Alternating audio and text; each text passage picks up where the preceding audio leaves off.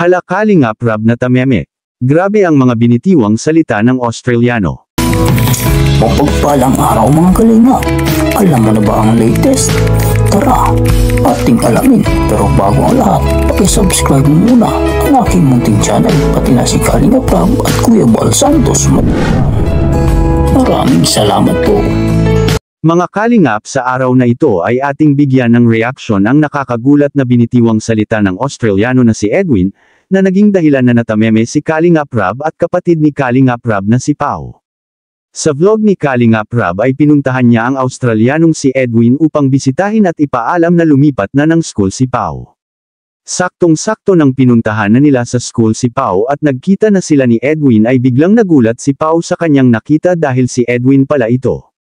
Nang nagkaroon ng pagkakataon kausapin ni Edwin si Pao ay wala na itong paligoy-ligoy at agad na sinabi na gusto sana nitong ligawan si Pao, at biglang napalunok laway na lang sa gulat si Pao.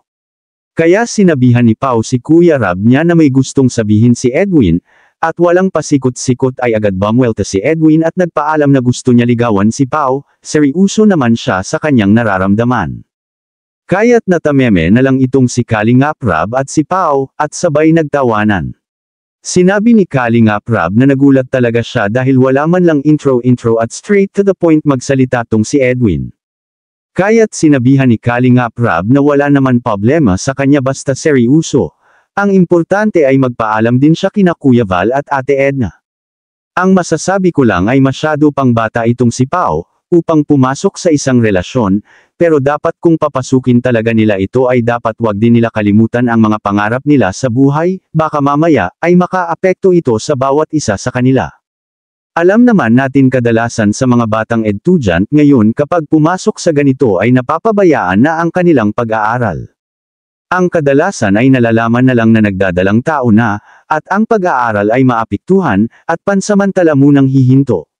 Hindi kasi makontrol ng mga bata ang kanilang pagiging curious, at gustong ma-experience sa ngalan ng pag-ibig.